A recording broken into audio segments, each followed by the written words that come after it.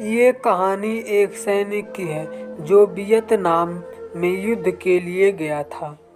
युद्ध समाप्त होने के बाद जब उसके घर लौटने की बारी आई तो उसने अपने माता पिता को सैन फ्रांसिस्को से फ़ोन किया। माँ और पिताजी, मैं घर आ रहा हूँ, लेकिन घर आने से पहले मुझे आपसे एक बात पूछनी है। मेरा एक दोस्त है जिसे मैं अपने साथ घर लाना चाहता हूँ। क्या मैं उसे ला सकता हूँ? बिल्कुल बेटा, ये भी कोई पूछने की बात है।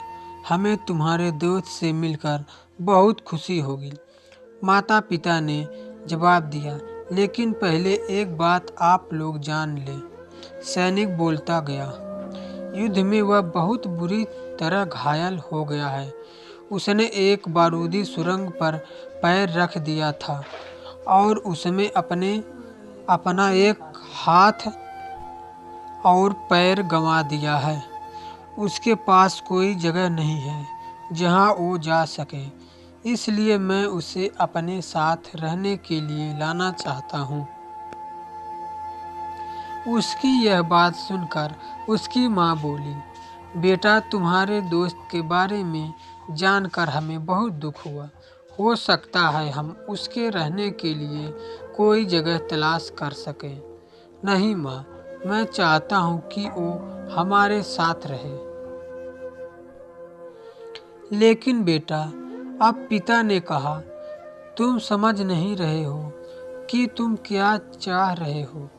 इस तरह का अपाहिज व्यक्ति हमारे लिए कितना बड़ा बोझ होगा। हमारी अपनी जिंदगी है जीने के लिए और हम नहीं चाहते कि इस तरह की कोई भी परिस्थिति हमारी जिंदगी में दखल दे। मेरे हिसाब से तुम्हें अकेले घर आना चाहिए और अपने दोस्त को वहीं छोड़ देना चाहिए। वह अपनी जिंदगी जीने के लिए कोई न कोई रास्ता निकाल ही लेगा। सुनकर उस सैनिक ने फोन रख दिया। कुछ दिनों बाद उसके माता पिता को सैन फ्रांसिस्को पुलिस से एक संदेश मिला, जिसमें उन्हें बताया गया कि उनके बेटे की एक बिल्डिंग से गिरकर मौत हो गई है। पुलिस के हिसाब से ये एक सुसाइड केस था।